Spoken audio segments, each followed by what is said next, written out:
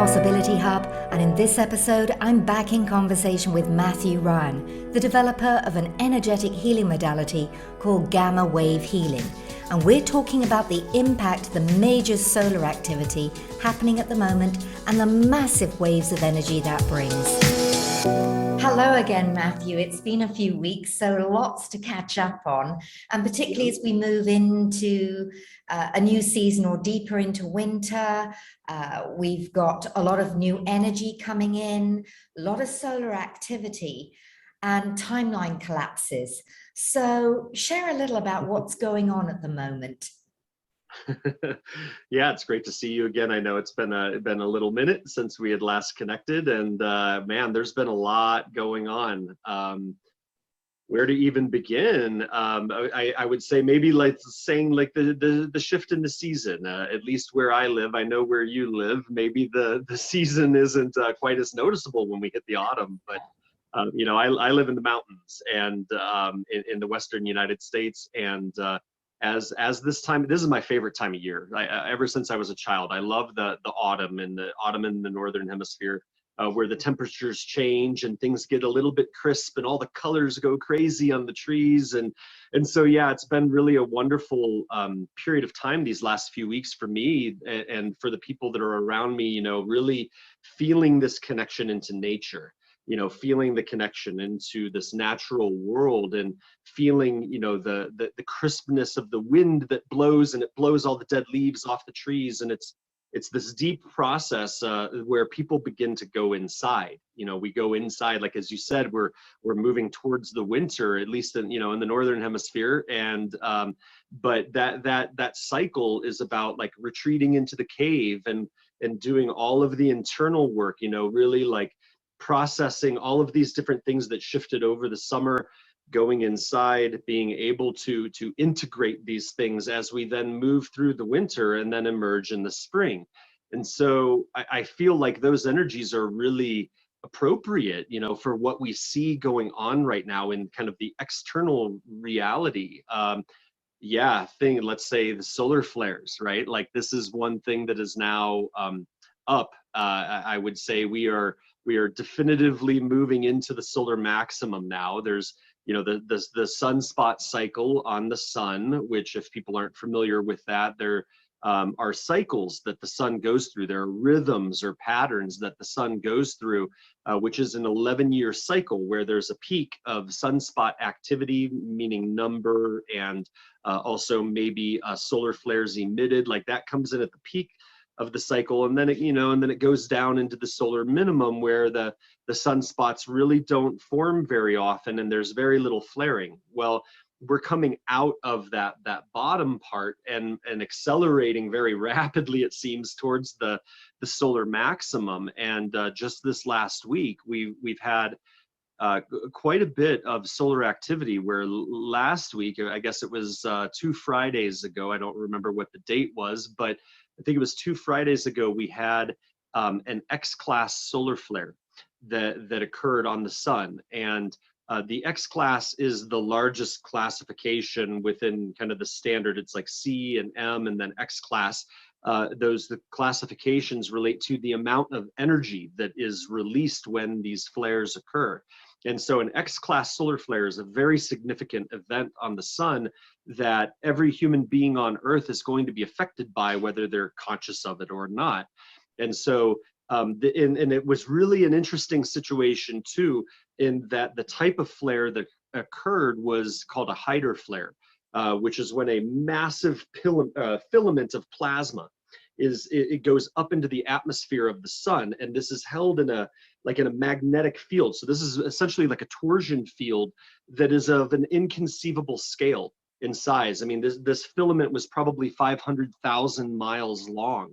You know, double the distance to the moon would be like how long this filament was, and then it collapsed on top of a sunspot complex that was already beginning to form the right kind of magnetic field to release a solar flare. When this plasma lands and it creates what's called a Hyder flare, I personally, every time that I see a Hyder flare, I personally feel a larger energetic impact, which I'm told, you know, and my guidance says that this is related to all of that extra plasma that's in that filament that then gets added into the ejection, the coronal mass ejection. So we had one of these a little over a week ago, and the resultant coronal mass ejection was square impact on the Earth. There were aurora at both poles. You know, amazing. I shared a photo that I'd come across on Facebook the other day that was this incredible, like, yellow and purple and green light in the sky that was produced by the CME. And so, you know, just on this one aspect of our topic we're going to discuss, you know, that flare event, as well as the other flares that have occurred in the last few days. In fact, there are multiple coronal mass ejections that are anticipated to hit us either today or tomorrow, depending on how quickly they're traveling. So we see this uptick in energy, and the way that I always am looking at it is not just the geophysical, but thinking about the energetics, that every time that we have an event like this, there's a massive release. It's a massive upload of information and energy to the Earth.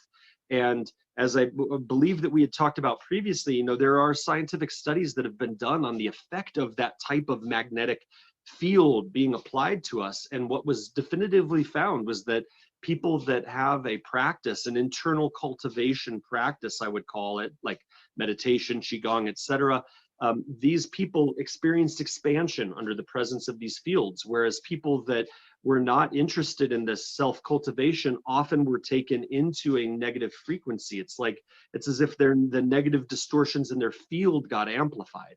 So this is a really important time for us now to be paying attention. And I consciously work with these energies, but if you're not going to be consciously tracking them, that's fine. Just be aware that there's an increasing intensity and pressure that is coming to us. And as all of this cosmic energy washes through us, it lifts the distortions up out of our field. So maybe people have been having cathartic, huge experiences in the last couple of weeks. I mean, I know I have, and so I would expect others have as well. So, you know, maybe that's one fun place to jump into the weather report of what's going on these days. And I like what you said about the distortions, and you also touched on the auroras in the hemispheres. And I've seen a lot of photographs in the recent weeks of amazing auroras. And we talked about that in one of the videos of the city in the sky that was seen in the auroras from his dark materials, but also the city in the sky that was seen in, was it China many years ago, or was it Japan? I'm not sure. And so whenever people post a picture of the aurora, I like to blow it up to see if I'm actually seeing the cities in the sky. And funnily enough, I've just come back from Spain. The sunsets and the sunrises were absolutely incredible. The colors, and even though you take photos, it just doesn't do it justice unless, you know, you've got a really proper camera. But the other thing that was really strange with all this energy that's going on was that there was an incredible cloud formation that I've never seen before, that, you know, looked like it was shrouding something. And what I'm going to do is I'm going to get my IT guy to actually put in a picture of this, because it was really, really unusual and not a cloud formation that I've seen. And it stayed a long time. You know, clouds move and change shape and form really quickly, and this didn't. So, you know, this energy is maybe creating a shift in our multidimensionality and reality and what we can see. It's almost as if it's a time when the veil becomes thinner and thinner and thinner, and we can start to remember our true multidimensionality, and that who we really are, our true cosmic history, that we're really not alone in this huge cosmos. Something that we always knew and felt, that we had friends here, there, and everywhere, not just on this planet. And yet, you know, we've created this history where we're alone, we're the only ones. And it's the weird ones who talk about, you know, extraterrestrials or other beings, other races. And yet now, as the veil thins, whether we're seeing it in the auroras, in the sunsets, in the clouds, or whether you're just having, a feeling that something is shifting. The veil is becoming thinner. Would you agree? Oh, I'm not sure how much there anymore. Sometimes it is definitely become very thin. And I mean, you touch upon a lot of different really interesting things there that I think are all indicative of this shift. Like the cloud shifts, it's about the cloud that definitely look cloaking something or masking something. This is increasing all over the world. People are really beginning to notice things, and even people that pay attention to these types of things, seeing these clouds going, wait a second, like that doesn't feel like a cloud. Like what's going on in there, And to me, that maybe that's part of dimensional perception that is being increased. Maybe it's part of the veil, like lifting. Maybe it's due to the fact that we have a lot of in our space around this planet and even our atmosphere. And as we move through this shift, we begin seeing more and more of these, I believe, and these cloud shifts in particular. That the last two, I've seen a lot of them where I live, and we get these lenticular clouds, but we don't have the type of mountain that typically is responsible for creating a lenticular cloud, right? So like a lenticular cloud, if people know that, those are the big lenses that will form over the top of a solitary mountain, usually. Like you see them like over Mount Fuji, over Yes. Mount Shasta in California. Mount Shasta gets tons these clouds, and the mountains where I live on a range where there are multiple mountains in a long range that stretches over 100 miles. And we don't get lenticular clouds typically, but several years ago, these lenticulars started forming over short little mountains to the east of our town. And they're not lenticulars. When we see these types of clouds, they are distortions within our atmosphere due to the presence of a higher dimensional expression of like a spaceship, let's say, like the star beings. Well, I just brought it up on my phone. Let me see if I can. I don't think it's. Oh, there we go. Look at that. Can you? It kind of faded out. There, we can kind of see it. There. Oh, almost. It's backlit a little bit too much, but you can kind of see it though. You can see that cloud, and that's the lenticular cloud when they're layered, right?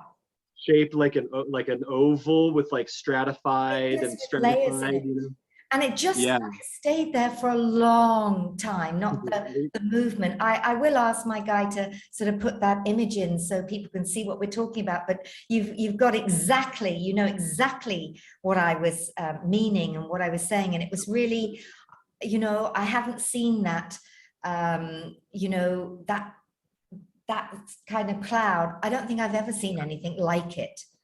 Yeah, and I'm sure that there's a name for, other than lenticular. Maybe there's all sorts of explanations that are come up for, that they come up with to explain these things as natural phenomenon. But like you said, you don't get a cloud that is like 10 miles in diameter that just sits on for 4 hours. I mean, that kind of situation is not real when you know that the atmosphere, the air up there is moving over 100 miles an hour. It's like, it's really, really, it's an interesting thing. So and anyhow, yeah, that I think that we're going to be seeing more and more of those types of clouds, and eventually they're not going to be cloaked anymore. They won't be at that higher dimensional expression as a cloud ship, or perhaps maybe it's just going to be our perception that makes the shift, and then suddenly we're perceiving at that same density. So the craft would be revealed. So yeah, it's quite the moment right now. And speaking about the star beings, there is an enormous amount of attention that is on us right now. And there are some people that are online. There's a woman named Gina Marie Colvin, I think.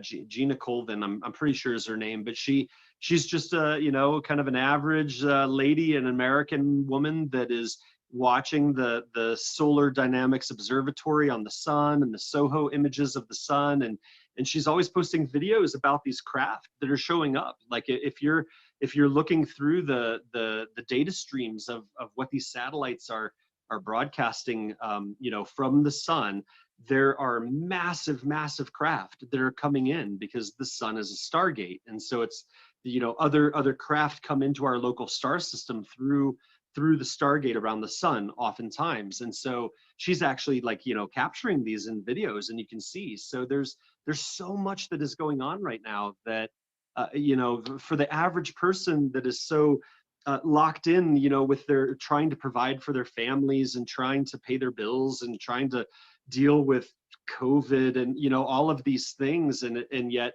there's this whole other thing that is occurring right now that is world changing. It's going to change the trajectory of our world.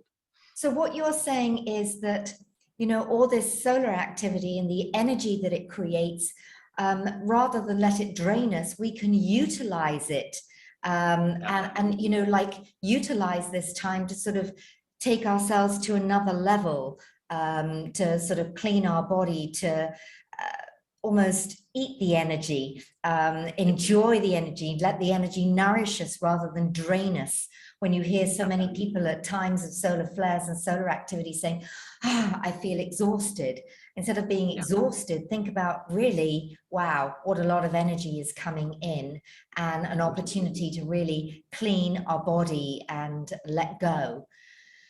Does this also link into the timeline collapses that we were mentioning earlier? I believe that there are linkages into it. What I mean by this is that I've personally been having experiences. Most of the people that I'm working with in sessions have been having experiences.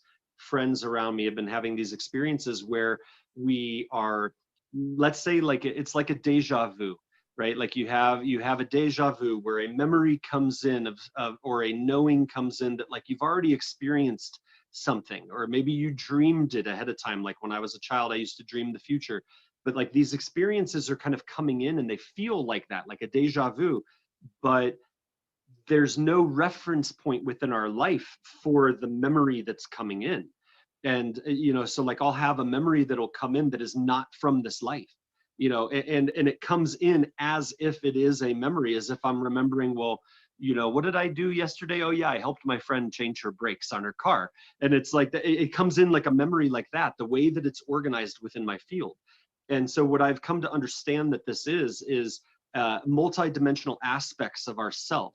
That the human being is an energy field of divine consciousness, and this energy field is capable of expressing itself through multiple other realms simultaneously that we are not even aware of. And as we are becoming more and more aware, as our energy is shifting and expanding and growing, as we're clearing those distortions out of our field, releasing the wounds that have been the energetic drag on our growth and development, what ends up happening then is some of these strands are being pulled back in.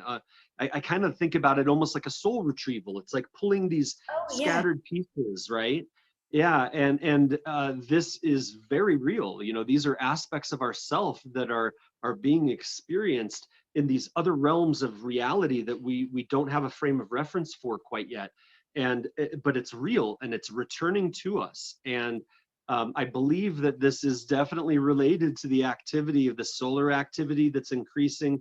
It's definitely related to the galactic current sheet, which are the ripples that emanate from the great central sun. And we're deep inside one of these ripples right now. And also, as we've talked about before, the consciousness of the great central sun, the one prime creator that is emanating these frequencies towards us. And then you throw in the presence of the star beings. I mean, imagine what I was told by my friend that is a source in military intelligence. At one point a few years ago, I was told very specifically that an event had occurred where the Stargate opened and 30,000 craft came into the inner part of our solar system. And he said that the smallest one was the size of Tennessee. Tennessee is a state in the United States. That was the smallest one. And the biggest one, he said, was the size of the sun. So imagine what that could do where if there are literally millions of beings whose physical presence came into our sphere of influence, and that these beings are existing at a higher state, a higher resonant frequency. what that does, it's going to vibrate things out of our field that are not in harmony with that. Us up as well, you know, and this multidimensionality, this having visions of the future or past and not linking it to other time space realities, again, is an expansion of consciousness as we become more aware of our own multidimensionality. And as you were speaking, it reminded me on the flight back, I decided to watch, you know, a movie I've seen before. And occasionally there's those movies that you want to see a couple of times, and you'll know this one. It was Interstellar with Matthew McConaughey. And it's, you know, with what you were saying, what was coming to mind was the images of when he was in that black hole, and they were allowing him to show times when his daughter thought there was a sort of ghost or something in the room, when actually it was him communicating to his daughter to tell him at that time, don't go, stay, and finding different ways of sending her messages from a different time space reality, which I thought, again, to see it again is just so beautiful at this time. And also when I was in Spain, I wasn't sure that my mother had seen the movie Arrival, which again is wonderful because it's the past and the future. And we tend to think with memory that it's in linear form, that we have memories from the past, whereas she's getting memories of a future that hasn't happened. And, you know, she also gets to see, you know, something where maybe many people would say, oh, I don't want that to happen. And yet you still go along with that trajectory because that's part of the adventure. So those were when we talk about, you know, different time space realities and time collapsing to go forward, back, and in different realities. That's what's definitely happening at the moment with, again, not just what you're hearing your clients say, but what I'm hearing a lot from people as well. And those movies were also showing us our multidimensionality across time space. Absolutely. Yeah, those are the two best examples I could think of, actually, to illustrate what this process is that's unfolding right now. And especially with Interstellar, that sequence of the movie where he is in the black hole, but he's in this multidimensional construct. That is, I mean, I've got goosebumps right now saying this, because when I saw that movie, it blew my mind. And I was like that right there is exactly what is happening when we're in this multidimensional space, because the time space linear translation of reality is no longer applicable. And so, like, what if what's happening right now with our intuition, what if these strong impulses that are guiding us so strongly to make radical changes within our life, what if this is us talking to ourselves out of our future? You know, and this is what I believe is a big component of what's happening. So that's exactly on the money. And I mean, I would recommend both of those movies. And I know that Interstellar's it's a lot to get through for some people, but there are nuggets in there that are activating our consciousness. So I think it reminds us, Matthew, of, you know, we expect to get messages from the past, from the future, from other selves or beings.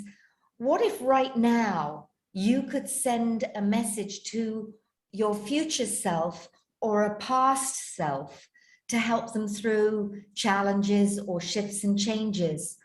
What can you do now to support you, another aspect of yourself in another time-space reality? Because let's talk about, or let's give some, you know, good sage advice for people now who may be in that kind of like, all this energy, getting messages, going forward in time, weird dreams.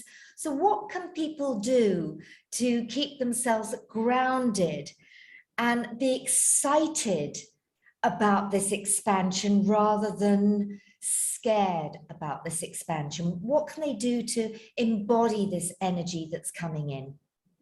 Yeah, that's a great question. And I would say, first off, any level of engagement with the natural world is going to be very, very helpful for this process.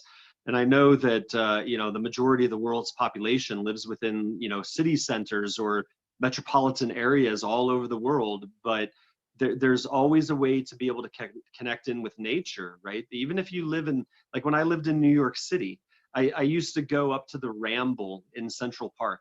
There's this part of Central Park that is like almost wild. It's like the paths even are like all over the place. They're not straight lines, and I used to go in there and I would sit on that granite that is like raw granite exposed out of the bedrock. And I would sit there and I would meditate and I would reset my field, get rid of that city frequency.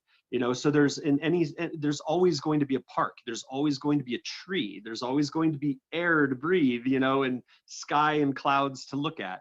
But if you live in an area where you're able to get away and to like sit next to a river, to sit in the desert, to go out into the desert. Like I've never been into the desert, like in the Middle East where you live, and that the tranquility must be extraordinary. It is. And yeah, so I think that is probably the easiest way for people to just automatically support themselves, even if they don't really know what is helping, or how it's interacting with these energies. Because when you sit down in nature, you put your back against a tree, much as you've talked with our friend John Paul about, Yes. that it resets your field, right? Having your bare feet on the earth, not wearing shoes that's a massively important thing to recalibrate the human energy field and to attune it to these natural cycles that we're being just bombarded with massive energy right now. So that would be the easiest thing to do. Beyond that, it really, really is important. And I don't want to come across as sounding like a Pollyanna or something, but it's very important for us right now to maintain positivity and hope, to turn your focus towards those things that are beautiful. Maybe you have a very difficult time and a lot of frustration dealing with the mandates of this, ongoing global situation that we're all in. But even within those moments, it's like turn the focus a little bit, and in your day-to-day, maybe it's about making eye contact with somebody and seeing a smile, or like being in line, at the grocery store. And I live in a place where they require masks still, and so it's like when I see the children, I see these like young children that are 18 months old. These children were born into a world where every stranger that they met had a mask on their face.